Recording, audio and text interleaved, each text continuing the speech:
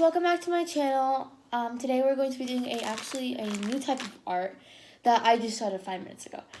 So you only need two things for this. It's really easy to do, and it really just involves messing up. So the first thing you need is wet wipes. They can be really any types of wet wipes as long as they are wet. So you can see here these wet wipes are wet. So they just need to be wet. It doesn't really matter what else they are. And then you also need markers and colors and, well, anything you can color with. But it cannot, I got that one all messed up. It cannot be like colored pencil or crayon. It has to be marker or Sharpie. Excuse that noise over there. But anyway, let's get started. I got a wipe out of the wipe thingy, whatever you call it. So it's just sitting here. So you have to try to leave it out. Not for too long because then it's going to dry out and then you can't really do the art. Also, if you don't have wet wipes, I'd recommend that you take a tissue paper and then wet it a little bit, only a little bit.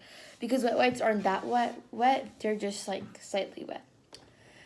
Alright, so now it's on to the colors. You can choose really any colors you want. However, I prefer starting off with darker colors and then moving on to lighter colors. And you'll see why in just a second. Also, here's a tip. If you're using wet wipes, then you can actually extend the paper like this. Just to make it longer if you want more space. But I'm just going to be keeping it like this. Also, during this time, you have to be really careful not to rip this because I'm just going to use an example. It is so easy to rip. All I have to do is just stretch it a little bit and then it rips. So you have to be like really careful, especially with tissue actually. Okay, but let's get started. I'm going to get my colors out. I'm going to be starting off with blue and purple. I think I will start off with purple because I think purple is like a really good color to start off with. And you guys can use any color, but I won't recommend using like red or orange or any light color really, or warm color. So now we have this. Now what do? On our wet wipe, we have to make different shapes. I'd recommend one shape per color. So for the purple, I'm probably going to be making rectangles. So I have a rectangle here. I have to make these like really quickly because I can't like let the color be there for too long so that it dries. I have to I can't let it set. Also, I came close to ripping it there. If it's not perfect, that's totally fine because it's going to be messed up in the end anyway. Alright, last one. Try to separate them from each other too. Okay, now you have to take your wet wipe and just move it around in different areas like this. So I folded it like this, and as you can see, there were different marks here. That's what I want. And try to color your triangles more if you feel like they're getting too light. So for example, I don't think I colored enough because they seem really light. But don't color them every time because we need some of them that are light to transition off to the next color. So let's keep folding. And also you can press really hard, that might help.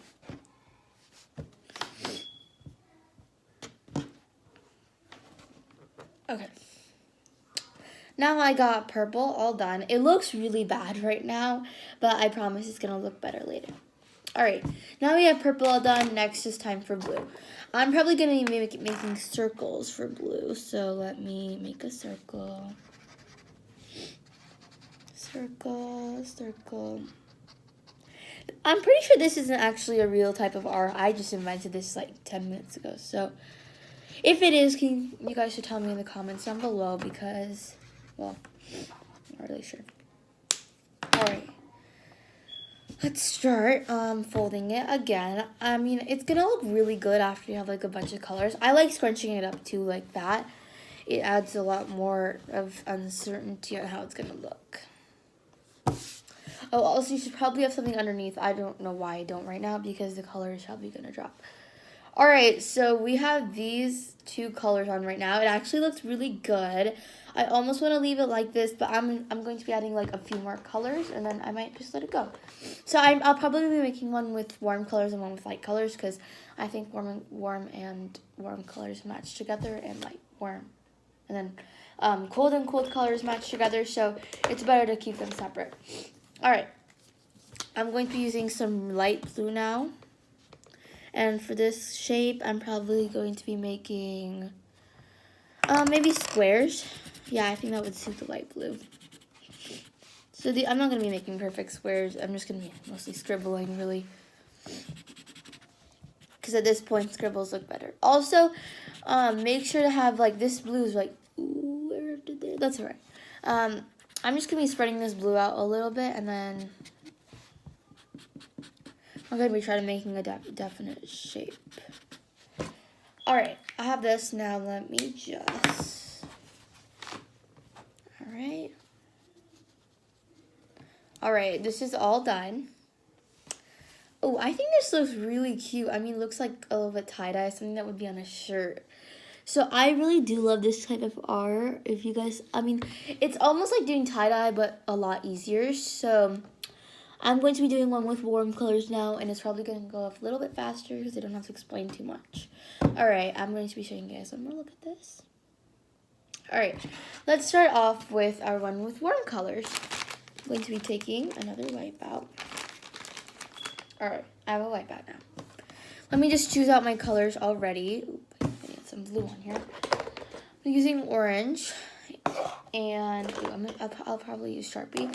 And I'll be using red and probably yellow, classic. I'll get another orange and probably like a pinkish color. Maybe I'll add some streaks of magenta. All right, I have my colors now. I'm probably going to be starting off with the darkest color, which is red. And I'm going to be using circles because I think that would really suit the color red. As you can see, red like shows up a lot. Actually, I don't know how that happens, but red is like really bright. So now I'm going to be using moving technique. But I'm also probably going to be using the scrunching technique. I realize that the scrunching technique is probably a lot better. All right, I'm just going to make some more scribbles. Red. Now I'm going to try to making them a little bit less lighter.